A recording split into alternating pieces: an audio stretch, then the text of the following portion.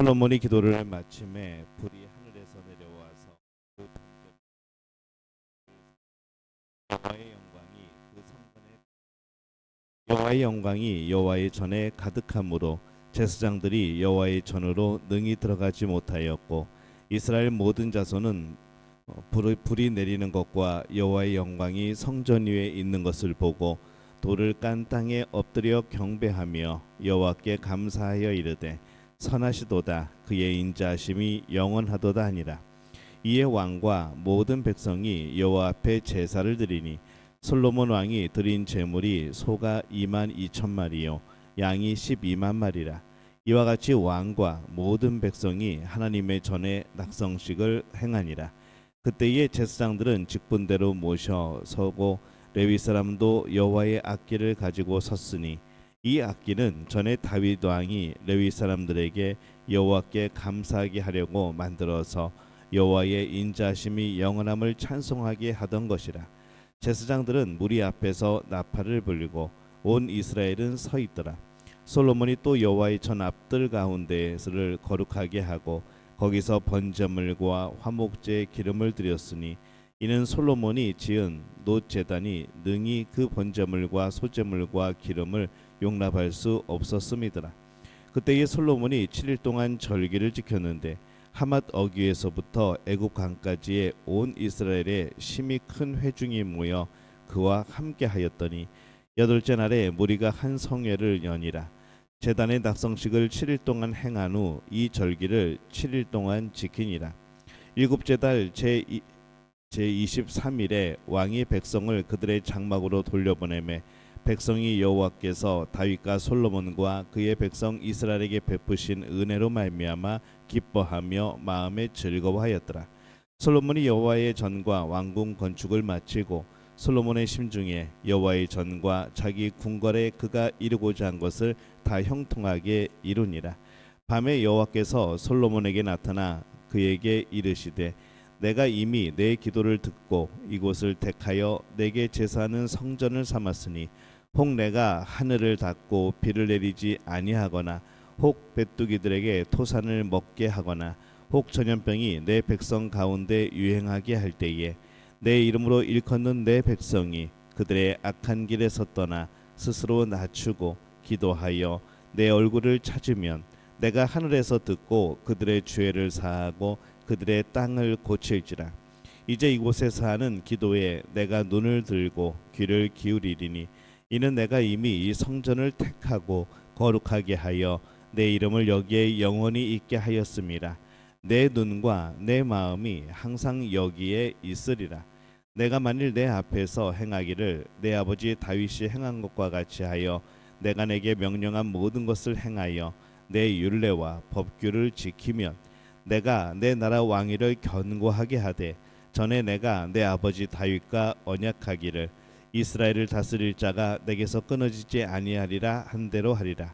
그러나 너희가 만일 돌아서서 내가 너희 앞에 둔 내 율례와 명령을 버리고 가서 다른 신들을 섬겨 그들을 경배하면 내가 너희에게 준 땅에서 그 뿌리를 뽑아내고 내 이름을 위하여 거룩하게 한 이 성전을 내 앞에서 버려 모든 민족 중에 속담거리와 이야기거리가 되게 하리니 이 성전이 비록 높을지라도 그리로 지나가는 자마다 놀라 이르되 여호와께서 무슨 까닭으로 이 땅과 이 성전에 이같이 행하셨는고 하면 대답하기를 그들이 자기 조상들을 애굽 땅에서 인도하여 내신 자기 하나님 여호와를 버리고 다른 신들에게 붙잡혀 그것들을 경배하여 섬김으로 여호와께서 이 모든 재앙을 그들에게 내리셨다 하리라 하셨더라. 아멘. 할렐루야. 하나님의 은혜가 오늘 이 새벽에 하루의 첫 시간을 주 앞에 드리는 우리 믿음의 가족들에게 함께 하시기를 예수님의 이름으로 축원합니다. 오늘 말씀은 솔로몬이 성전 건축 후에 드린 기도에 하나님이 응답하시는 그런 내용입니다. 솔로몬이 기도를 마치자 하나님께서 응답하십니다. 그래서 오늘 1절의 말씀에 솔로몬이 기도를 마침에 불이 하늘에서부터 내려와서 그 번제물과 제물들을 사르고 여호와의 영광이 그 성전에 가득하니 이렇게 기록을 합니다. 이 성전은 하나님이 특별히 거하시는 곳이 됩니다. 그러기에 이 성전은 하나님의 영광이 있는 곳이죠. 하나님의 백성이 이 성전에서 기도할 때 그때도 기도응답의 가장 큰 특징은 영광의 임재, 그것을 아는 것이 가장 큰 응답입니다. 성전에서 기도할 때 하나님의 영광의 임재를 우리가 느끼는가? 이 하나님의 영광의 임재를 알고 느끼는 그런 기도가 되어야 하는 것이죠. 우리가 아름다운 노을 지는 석양을 보면서 느꼈던 하나님의 영광, 참 아름답게 창조하셨다고 느꼈던 그 하나님을 찬양했던 기억들, 또 넓고 푸른 바다를 볼 때 느꼈던 그런 또 우리의 여러 가지 하나님께 드린 찬양들, 그런 아름다움보다 이 교회를 볼 때 느끼는 하나님의 영광이 더 아름다워야 된다는 거죠. 성전에는 항상 하나님의 임재가 있습니다. 영광이 가득한 그런 임재이죠. 3절에 보면은 이스라엘 모든 자손은 불이 내리는 것과 여호와의 영광이 성전 위에 있는 것을 보고 돌을 깐 땅에 엎드려 경배하며 여호와께 감사하여 이르되 선하시도다 그의 인자하심이 영원하도다 하니라. 이렇게 기록을 합니다. 이 여호와의 영광을 느낀 백성들이 두려워하여서 엎드려 경배합니다. 하나님의 성품을 찬양하죠. 이 그것처럼 오늘날 우리 교회에서도 성도는 이 하나님의 영광을 보면서 경배하고 찬양하고 감사해야 됩니다. 기뻐하며 마음이 즐거운 것이 교회를 대하는 우리의 마음가짐이고 또 우리의 가장 큰 특징이 되어야 된다는 거죠. 우리가 기도할 때 기도 응답의 가장 큰 특징이 뭔가? 하나님이 영광 받으시는 것을 깨닫는 겁니다. 그분의 영광 앞에 엎드리고 경배하고 감사하고 기뻐하는 것, 그것이 바로 우리 기도의 결과인 것이죠.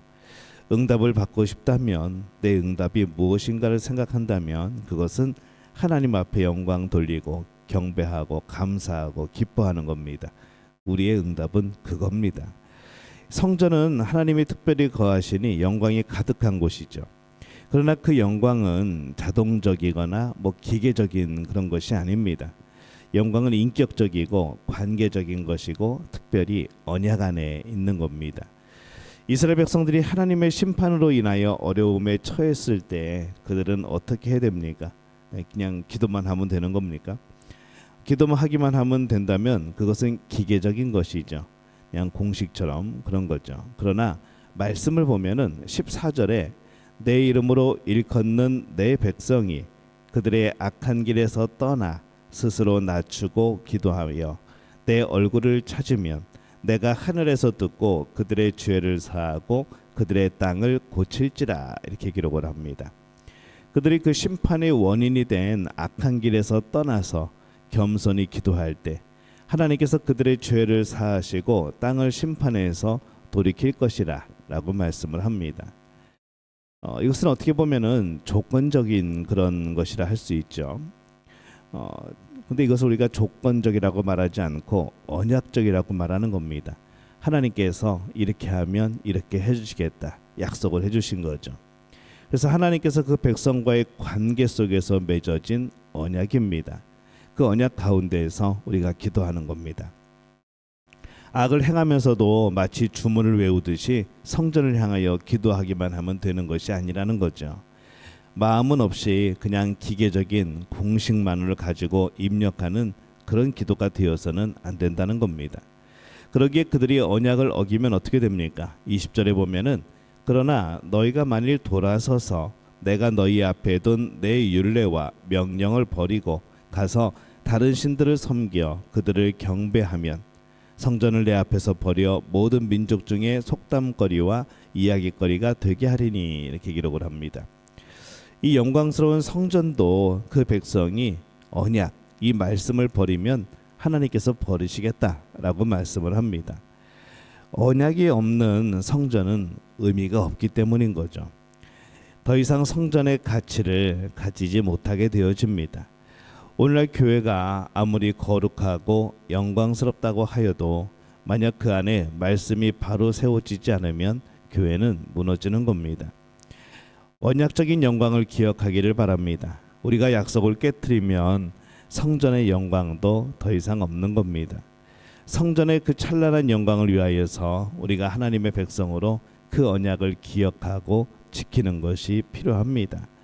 성전을 기계적인 영광으로 착각하지 않고 우리와의 관계적 또 언약적인 영광으로 생각하고 우리가 늘 주 안에서 주와 함께 항상 살아가야 됨을 기억하기를 바랍니다. 우리가 오늘 이 성전인 교회로 모일 때 우리는 교회에서 분명히 하나님의 영광을 발견할 수 있습니다. 교회를 섬기면서 그 영광을 섬기는 것이죠.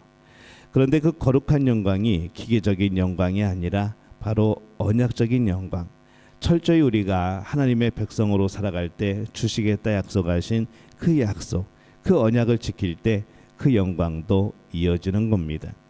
그러니 더욱더 언약을 지키며 살아가는 우리 모두가 되어지기를 바랍니다. 삶의 예배에서 그 언약을 지키는 사람만이 공예배에서 또한 그 영광을 보게 되는 것이죠.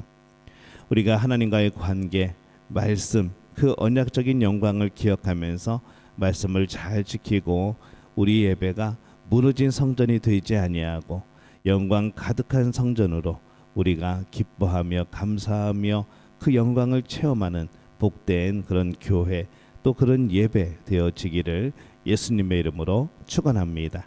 기도하겠습니다.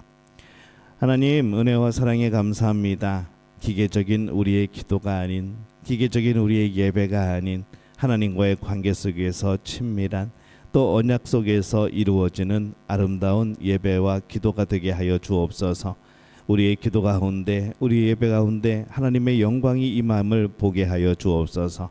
그리하여서 교회를 생각함이, 교회를 향함이, 예배함이, 기도함이 우리 모두에게 하나님의 영광을 보게 되어지는 복된 순간이 되어지게 이끌어 주옵소서. 예수님의 이름으로 기도합니다. 아멘.